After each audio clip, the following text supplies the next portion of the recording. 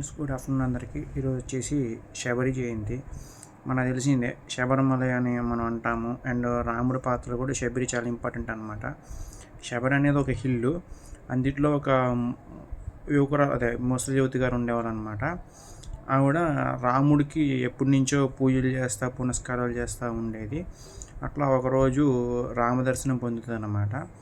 మనం శబరి గారి గురించి చెప్పుకుంటే అయ్యప్ప గారు కూడా శబరిమలగా చేయడం, అండ్ ఇప్పుడు చాలామంది ఆ శబరిమలకి దర్శనం చేసుకోవడం, ఆ శబరి హిల్ పేరు మీదే శబరిమల రావడం, ఇలా చాలా హిస్టరీస్ ఉన్నాయి, చాలా స్టోరీస్ ఉన్నాయి.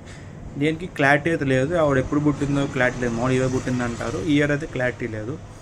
ఆవిడ ముసలి వయసు వరకు రాముడికి డివోటీగా ఉండి, అంటే పరమభక్తులుగా ఉండి, అండ్ అయ్యప్ప స్వామిని కూడా మామూలుగా ప్రసన్నం చేసుకొని, ఇద్దరు దేవుళ్ళు అంటే ఇప్పుడు ఎగ్జాంపుల్ రాముడు గారు ఈవిడికి ప్రసన్నం అవుతారు, అండ్ అయ్యప్ప గారు కూడా ఎవరికి ప్రసన్నం అవుతారు అనమాట. అందుకని అయ్యప్ప భక్తులు ఎక్కువ శబరిమల వెళ్తుంటారు అనమాట. ఇది story. Thank you so much. And రాముడు గారి గురించి మీకు తెలుసు, శబరి గారి గురించి మీకు తెలుసు, ఖచ్చితంగా కామెంట్ చేసి చెప్పండి. Thank you so much.